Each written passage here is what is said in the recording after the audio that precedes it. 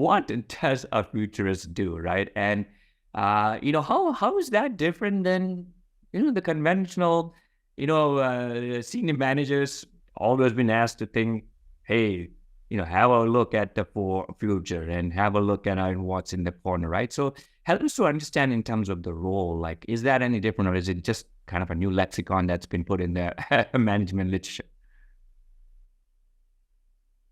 Yes, well, this term is used quite broadly. So the one thing I would say that comes with calling yourself a futurist is obviously having to create some definition and to kind of really establish that as a term, because it gets used by people with no training. It gets used by people who decide they wake up and want to think about the future. So from my perspective, a futurist is someone who, through rigorous methods, through research, helps an individual, a company, an organization, even an entire country or globally think about the future. But not only thinking about the future, it's actually having the ability and capability to then help people reflect on their thinking about the future.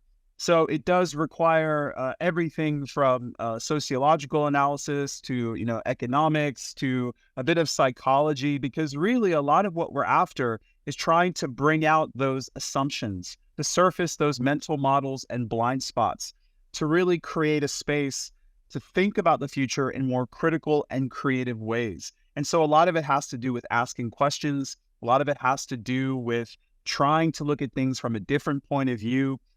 There's lots of people that focus on actual experiences from the future. So trying to bring different aspects of the future into the present through experiential modes. And I use games and simulations. And so at the end of the day, it's not about replacing strategic planning or replacing management, but it's about enhancing them. It's about strengthening them. It's about how can we make risk management more broad and have more depth in its analysis. So I see it as really a way to enhance a lot of the processes that a leader would use to be able to actually create more robust, more forward-looking decision-making in the here and now.